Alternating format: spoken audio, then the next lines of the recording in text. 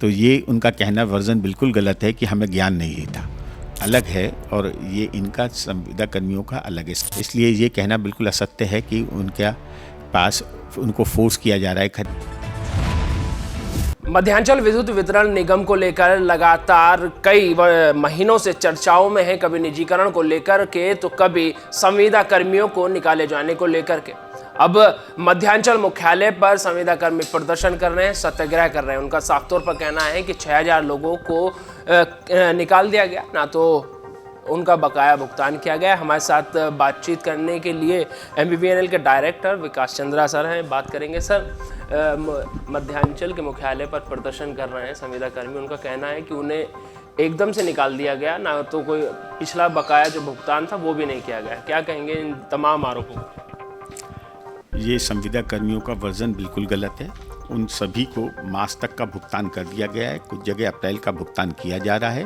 अब अप्रैल का भुगतान भी 1 सप्ताह के अंदर पूर्ण हो जाएगा। सर, उनका प्रतिनिधिमंडल परसों आपसे बात करने आया था, पांडे जी उसमें शामिल थे, क्या कुछ बातचीत हुई उसको?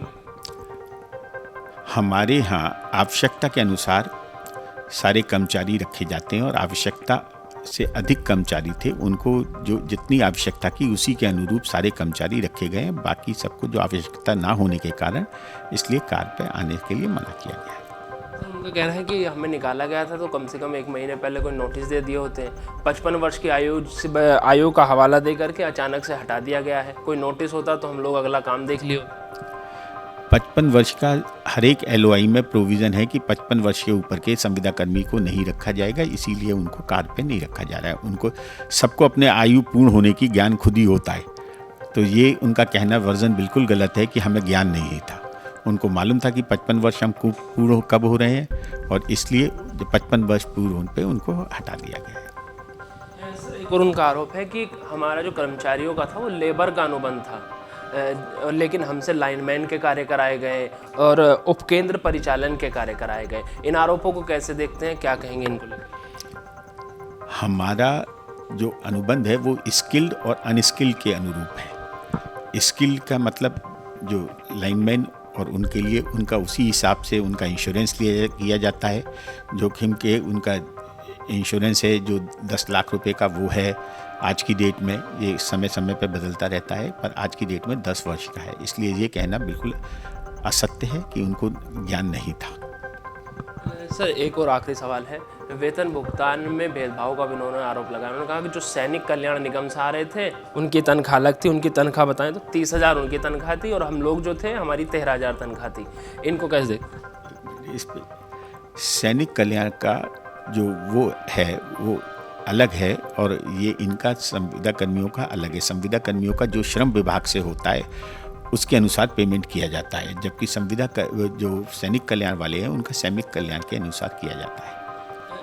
फेशियल अटेंडेंस को लेकर के ये लोग कह रहे हैं कि 18,000 रुपये का हम लोग जो है फ़ोन खरीदें, और 9,000 रुपये हमारी तनख्वाह है। इसको लेकर के अभी बीते दिनों में यहाँ विद्युत संयुक्त संघर्ष समिति ने भी प्रदर्शन किया था। इनका भी एक मांग में ये बायोमेट्रिक अटेंडेंस में एक फ़ोन पे 3 आदमी कर सकते हैं। जो SSO है जिसके पास स्मार्टफोन नहीं है, वो SSO के साथ अपने वो कर ले अटेंडेंस।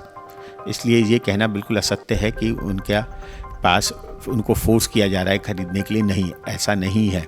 वो अपने बायोमेट्रिक अपने SSO के पास, जिसके पास स्मार्टफोन है, उससे करा ले। धन्यवाद सर। विकास चंद्रा सर थे, जिनका साफ तौर पर कहना है कि ये तमाम जो मांगे हैं उनके पर उन्होंने जवाब दिया। उनका साफ तौर पर कहना है कि हम लोग जो आवश्यकता अनुसार है उसी अनुसार जो है लोगों को रखेंगे, और तनख्वाह हमेशा जो योग्यता होती है उसी के अनुसार रखी जाती है। बहरहाल बाहर प्रदर्शन मध्यांचल मुख्यालय के द्वार पर चल रहा है, और दूसरी तरफ निजीकरण को लेकर विद्युत संयुक्त संघर्ष समिति प्रदर्शन कर रही है। लखनऊ से कैमरा पर्सन बलराम के साथ नावेद माजिद, NTV निष्पक्ष। देश विदेश की ताज़ा खबर पाने के लिए हमारे चैनल NTV निष्पक्ष को सब्सक्राइब करें व बेल आइकन दबाना ना भूलें।